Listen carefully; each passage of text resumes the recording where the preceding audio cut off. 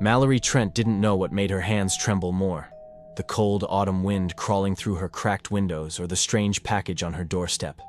It was an old, battered box, wrapped in what looked like waxed canvas and tied with a leather strap. No return address, no postage. Just a yellowing note, wedged beneath the strap in a careful hand. The Silence Remembers. Inside, nestled like a relic, was a reel-to-reel tape recorder. Her breath caught. Mallory, an audio archivist specializing in forgotten oral histories, had seen plenty of vintage recording equipment. But this model was a prototype, a model never released publicly, known only to a handful of collectors.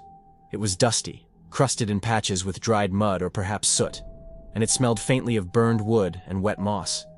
There was a single reel loaded on it, labeled in fine script, Thornewood, Final. Curiosity prickled her skin. She threaded the tape. What emerged from the speakers wasn't music or clear speech. At first, it was only static, crackling, intermittent, with long silences in between. Then came the whispers. Faint, layered, overlapping like wind through dead leaves. She pressed her headphones closer. There, beneath the hiss, the Silence remembers. The same phrase, in a voice too old and dry to be living. She listened for hours. There were fragments of words in a language she couldn't identify, and tones that resonated unpleasantly in her spine. The tape ended in sudden quiet. But for Mallory, it was just beginning. The name Thornewood triggered nothing at first. A few online searches turned up next to nothing. No modern references, no map listings. She dug deeper. University archives, oral folklore, obscure regional histories. A single mention at last, buried in the Newcastle Historical Society's 1911 journal. The village of Thornewood, last seen whole in 1898 before the Night of Echoes, declared lost. No recovery expedition succeeded. She stared at those words, heart thudding. No GPS coordinates, just a vague indication that it had been located in the moorlands near the Scottish border.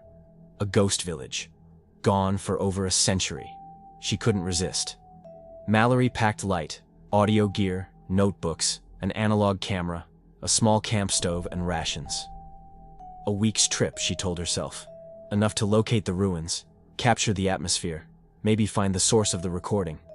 She didn't tell anyone where she was going. The moorlands were desolate in early October. The sun rarely cut through the clinging mist that seemed to rise from the peat itself. Mallory followed the old maps, triangulating the scant clues she'd found. On the third day, she saw the stones. First, scattered pillars rising from the heather like crooked teeth. Then the outline of a cobbled path, mostly devoured by moss. Finally, the remains of buildings, roofs caved in, walls overtaken by ivy and age. Thornewood. It didn't feel abandoned. Every footstep echoed, though the earth was soft. The silence was thick, textured, broken only by faint rustling that had no source. Birds avoided the place. So did the wind. It was as though sound was swallowed here, dampened and delayed. Her recorder behaved oddly. Signals dropped, playback stuttered. Tones appeared in her recordings that hadn't been present when she captured them. In the village square, she found the chapel. It stood taller than the other ruins, though it leaned to one side like a drunk. Lead plates had been nailed along the walls, now buckling with time. Salt crystals had burst from the seams, forming brittle webs. The door was ajar, and beyond it, the stair. The descent was immediate. Stone stairs spiraled downward into a crypt beneath the chapel. She expected tombs, bones, maybe an altar. Instead, she found a chamber of odd proportions, not square or circular, but something in between, like geometry was resisting classification. The acoustics were unnatural. Her footsteps returned to her half a second too late. Breaths came back inverted. Whispers multiplied. A pedestal stood at the center, and atop it, another reel.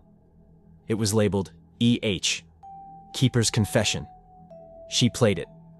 The voice was male, worn, unsteady. We thought we could contain it, with salt and prayer and lead. But it isn't the sound, it's the silence. It listens, it feeds. There were moments of madness in the tape, screams, scratches, an old hymn sung backward. Then the voice again. It remembers us. It becomes us. Mallory stumbled from the crypt with the tape, heart pounding. That night, in the ruins, she dreamed of voices calling her name in perfect mimicry. She stayed longer than intended. Each day brought new sounds, new tapes.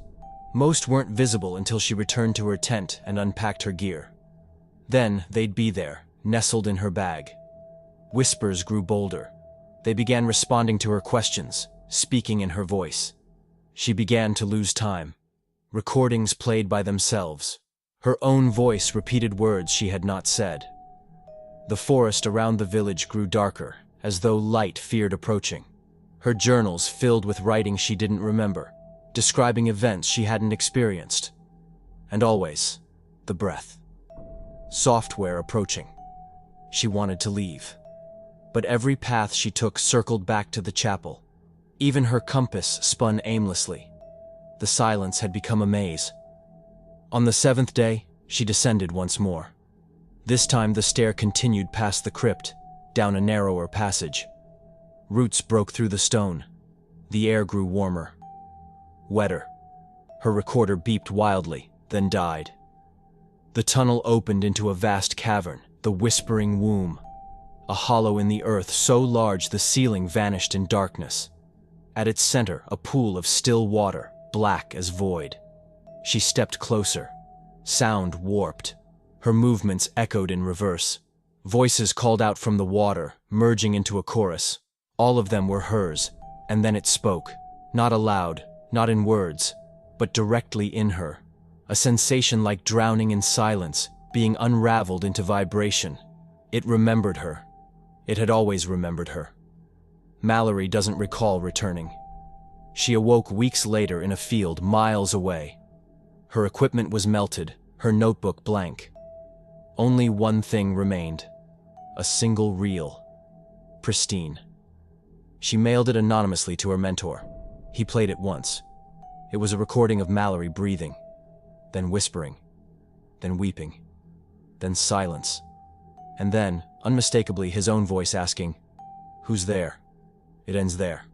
But the reel keeps spinning. Weeks after the reel stopped playing, Mallory's mentor began receiving voicemails from an unlisted number.